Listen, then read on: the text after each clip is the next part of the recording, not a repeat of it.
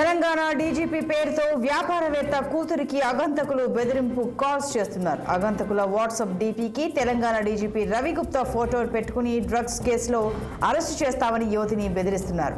Drugs case నుంచి తప్పించుకునేందుకు 50,000 రూపాయలు ఇవ్వాలని డిమాండ్ చేశారు. +92 కోడ్తో కాల్స్ వస్తున్నాయని పోలీసులకు వ్యాపారవేత్త ఫిర్యాదు చేయడంతో ఇది పాకిస్తాన్ కోడ్ అని సైబర్ క్రైమ్ పోలీసులు తేల్చి చెప్పారు.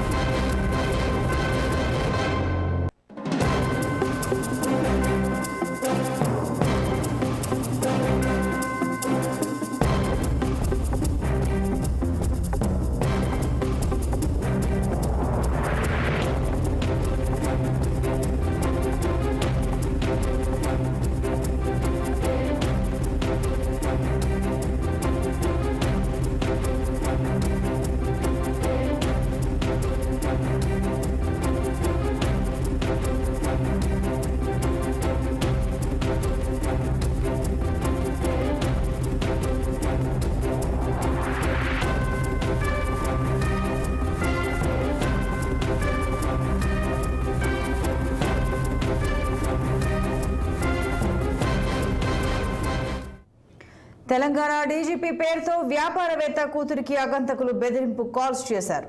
అగంతకుల వాట్సాప్ డీపీకి తెలంగాణ డీజీపీ రవి గుప్తా ఫోటో పెట్టుకుని డ్రగ్స్ కేసులో అరెస్ట్ చేస్తామని యువతిని బెదిరించారు. డ్రగ్స్ కేసు నుంచి తప్పించుకునేందుకు 50,000 రూపాయలు ఇవ్వాలని డిమాండ్ చేశారు. +92 కోడ్తో కాల్స్ వస్తున్నాయని పోలీసులకు వ్యాపారవేత్త ఫిర్యాదు చేయడంతో ఇది పాకిస్తాన్ కోడ్ అని సైబర్ క్రైమ్ పోలీసులు తేల్చి చెప్పారు. మరింత సమాచారం మా క్రైమ్ ప్రతినిధి నిర్మల అందిస్తారు. నిర్మల. ఎస్ సంతోషి, ఇప్పుడు తెలంగాణలో డీజీపీ పేరుతో మాత్రము సైబర్ నేరగాలు కూడా ఇప్పుడైతే అగాంతకులు కొంతమంది బెదిరింపులకు గురి చేస్తున్నారు. అలాగే ఒక వ్యాపారవేత్త కూతురికి కూడా బెదిరింపు కాల్స్ వచ్చాయి. వాట్సాప్ కాల్ చేసి కూడా మరి ఆ అమ్మాయిని 50,000 డిమాండ్ చేశారు. ఎందుకంటే 50,000 ఇవ్వకపోతే మాత్రము డ్రగ్స్ కేసులో అరెస్ట్ చేస్తామని చెప్పి కూడా ఆ అగాంతకులు అయితే బెదిరించడం కూడా జరుగుతుంది. అంతేకాదు అగాంతకులు డీజీపీ ఇప్పుడు తెలంగాణ డీజీపీ రవి గుప్తా ఫోటోను కూడా పెట్టి వాళ్ళైతే వాట్సాప్ కాల్ చేయడం జరుగుతుంది. ఇది ఈ బెదిరింపు కాల్స్ రావడంతో వెంటనే మరి ఈ +92 కోడ్తో వచ్చిన కాల్ ను పోలీసులకు ఈ వ్యాపారవేత్త మాత్రం ఫిర్యాదు చేయడం జరిగింది.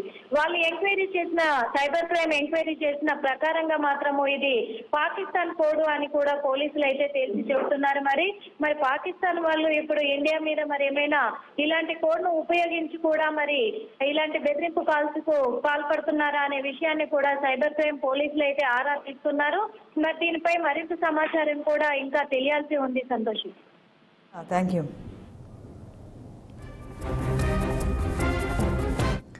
Right Nirmala, thank you.